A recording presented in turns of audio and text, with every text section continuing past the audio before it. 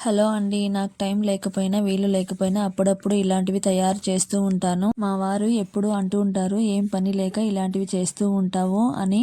ఇష్టం ఉన్న వాటి కోసం సమయం కేటాయించడంలో తప్పేమీ లేదుగా. అప్పుడప్పుడు ఇలాంటివి చేస్తుంటే నేను ఆర్టిస్ట్‌ని అని నాకు అనిపిస్తూ ఉంటుంది. నాకు పెయింటింగ్ అన్నా, క్రాఫ్టింగ్ అన్నా చాలా ఇష్టం. వేస్ట్ అన్నీ పడేసే వాటిని ఇలా రీయూజ్ చేయడం చాలా బెస్ట్ కదండీ. మన ఇంటిని అందంగా మార్చడానికి బయట డబ్బులు వేస్ట్ చేయడం ఎందుకండి.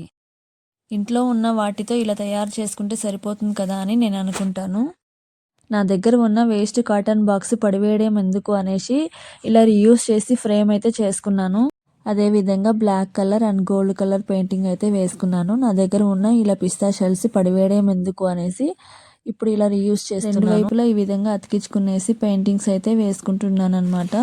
నెక్స్ట్ నా దగ్గర ఉన్న ఇలా స్మాల్ కుండన్స్ ఇలా పిస్తా షెల్స్ పైన ఈ విధంగా డిజైన్ చేసుకున్నాను. ఇక నా బుజ్జితల్లి ఫోటో అయితే ఇలా అటాచ్ చేసుకున్నాను. అంతే అండి, చాలా సింపుల్. ఇంతకీ నా బుజ్జితల్లి ఎలా ఉందో చెప్పండి.